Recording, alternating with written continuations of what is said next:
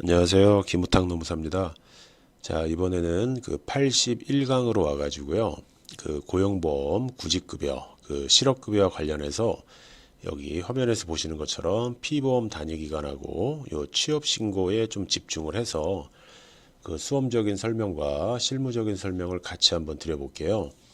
자, 지금 80강까지는 이제 제 얼굴이 나오는 그 스튜디오 촬영을 제가 했었는데 이제는 제 얼굴이 나오지는 않고요. 제가 이제 사무실에서 이제 찍는 강의로 좀 전환을 했습니다.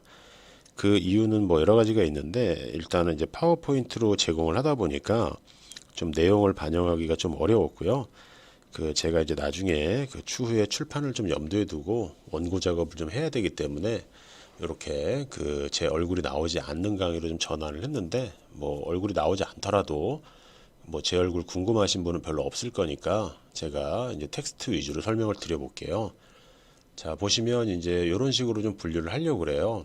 그 출전 연도하고 그리고 특이사항은 뭐 특이사항이라기보다 이제 그 어떤 법인지 그리고 대분류, 중분류, 소분류해서 어떤 키워드를 좀 설명을 드리려고 하고요. 그리고 문제에서 제가 이렇게 밑줄 쳐놓은 거는 그 수험생분들 입장에서 그 시험 문제를 풀다 보면은 이 밑줄 친 부분에서 약간 이제 Y자로 퍼지면서 어디로 가야 될까 약간 이제 헷갈릴 수 있는 부분이에요. 그래서 이 영상을 시청하시는 분들이라면 그 수험생이라고 하게 되면 요거를 읽으면서 제가 그 약식으로 드리는 해설에 대해서 이제 영상을 멈추셔도 되고 그 실무 때문에 요걸 들으시는 분은 끝까지 다 들어주시면 될 것 같아요. 이렇게 쭉 상세하게 제가 좀 해설을 했거든요. 자, 그래서 81강을 한번 시작을 해볼게요. 자, 보시면 고용보험법상 구직급여에 관한 설명으로 옳지 않은 것은이에요. 자, 피보험 단위 기간은 실무상으로도 굉장히 중요하고요. 이게 노무사의 밥벌이기도 합니다. 그래서 최후로 피보험 자격을 취득한 날 이전에 구직급여를 받은 사실이 있다. 이 말은 최후로 마지막 직장에서 취득했다라는 것은 마지막 직장이라는 의미고요. 그 이전에 구직급여를 받은 사실이 있을 때는 그 구직급여와 관련된 피보험 자격 상실 이전에 그러니까 이전 직장에서 구직급여를 받았다라고 하게 되면 그 이전의 피보험 단위 기간은 카드 포인트처럼 소멸합니다. 왜냐하면 받았는데 그거를 끌고 와서 통산으로 계산하게 되면 실업급여를 엄청나게 받게 되고 그러면 고용보험 기금이 되게 많이 없어지게 되겠죠.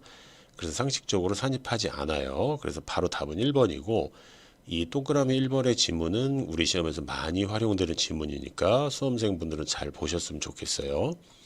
자, 그리고 이직 당시에 일용 근로자였던 근로자는요, 뒤에서 근로 내용 확인 신고에 대해서 말씀드리겠지만, 그 일단은 신고 자체를 공인노무사가 많이 하고요. 저희의 또 되게 주요한 밥벌이 중에 하나예요.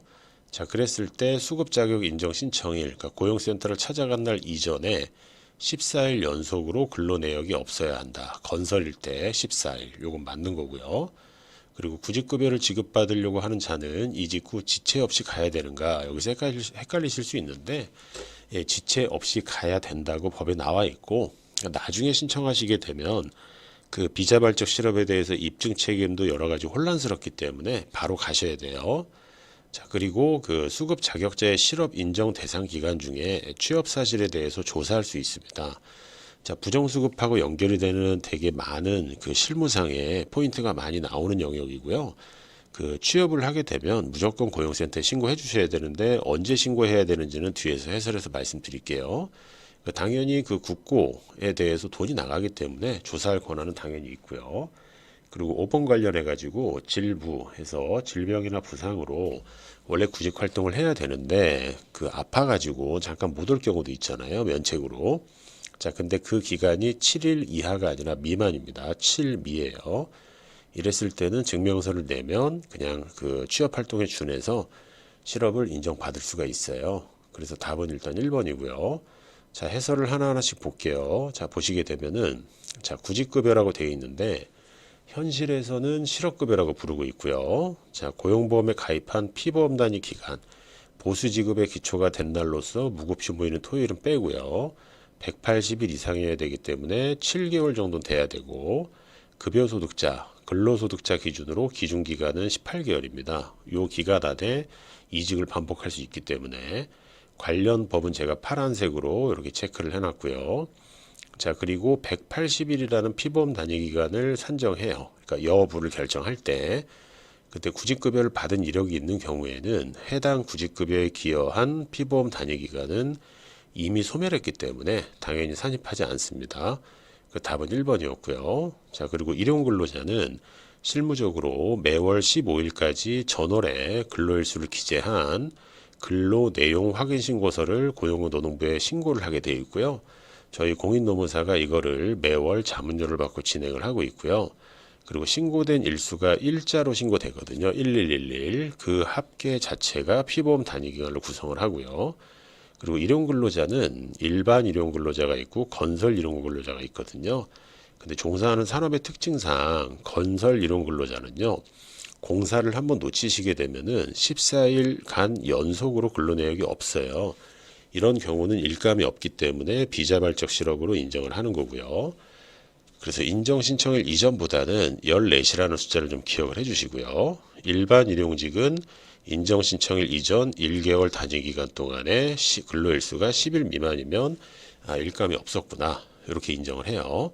그리고 법에 나와 있지는 않지만 지침상 건설 일용직이 요 1개월간 10일 미만이어도 수급 자격을 얻게 돼 있어요. 자, 그리고 법에 나와 있는 직업 안정, 이건 좀 못합니다. 기관은 고용센터를 의미하고요. 요 고용센터는 하나의 브랜드입니다. 예전에 고용안정센터, 고용지원센터 여러 가지 있었지만 지금 고용복지센터 이런 식으로 하나의 브랜드고 법의 명칭은 직업안정기관이고요. 자, 지체 없이 실업을 신고해야 된다. 이렇게 돼 있고요. 자, 다음 페이지 넘기시면 자, 구직급여 수급 기간에는요. 원칙적으로 취업을 당연히 하면 안 되죠. 근데 취업 사실이 있으면 그 직업안정기관에 신고를 해주시면 부정수급이 안 되는데 이거를 모르시거나 뭐 일부러 좀 하게 되면 부정수급이 돼서 전체 금액이 환수가 되고 고의나 과실이 있다라고 하게 되면 배액 징수를 3배까지 당할 수가 있어요. 자, 이랬을 때 직업안정기관의 장, 고용센터 장은 실업인정기간, 취업기간, 취업 사실에 대해서 조사할 권한이 당연히 있고요. 그때 취업으로 인정하는 사항은 초단시간 근로자 이상으로 그 근로를 제공하거나 기간제 근로자로서 3개월, 일용 단기 예술인 단기 노무 제공자로서 취업했을 때, 그리고 본인의 구직급여 일액 이상을 받는 쪽에 취업을 했을 때, 그리고 월 평균 소득이 50만 원 이상의 문화예술 용역 관련 계약 체결해서 상용 문화예술인으로 취득 대상일 때고요. 월 평균 소득 80만 원 이상의 노무 제공자 취득 대상일 때도 신고해 주셔야 되고, 그 상업이나 농업, 가업에 종사할 때 무급도 포함하는 거에 주의하셔야 되고, 그리고 사업자 등록을 한 경우도 신고해 주셔야 되는데, 사업자 등록은 했지만 문의만 하셨고 실무적인 얘기지만 휴업을 했거나 부동산 임대업을 하시는데 고용한 사람도 없고요. 사무실도 없을 때는 괜찮아요. 그리고 기타 사회통념상 취업했다고 인정하는 경우에는 취업신고를 반드시 해주셔야 돼요.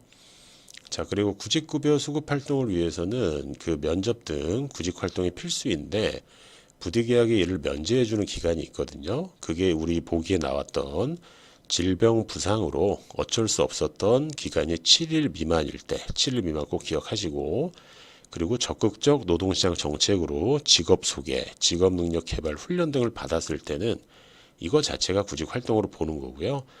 뭐 코로나19 같이 천재지변 그 밖에 부득이한 사유로 어쩔 수 없었던 경우에는 취업으로, 그러니까 실업활동, 실업과 관련된 취업활동으로 취업을 위한 활동으로 인정을 해줍니다.